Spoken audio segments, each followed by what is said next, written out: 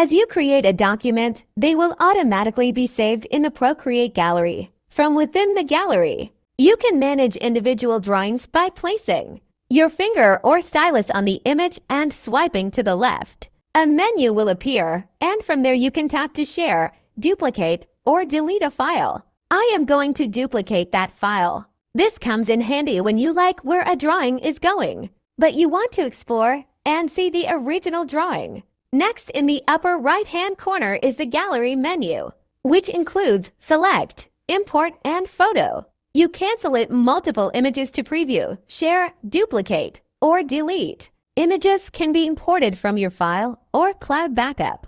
Plus, you can import photos from your iPad.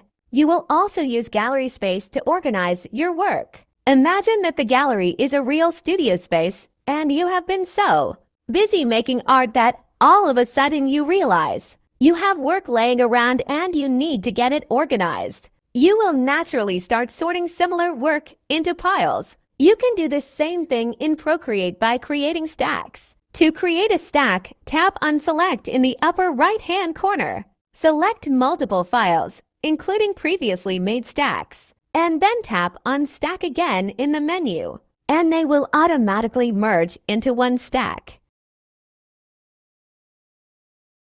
Finally, let's add an additional level of organization by naming your files or stacks. To rename, tap on the menu under the image thumbnail, and a window will open with the option to type in a new name. Now that you understand how a gallery works, you have no excuse but to keep things tidy.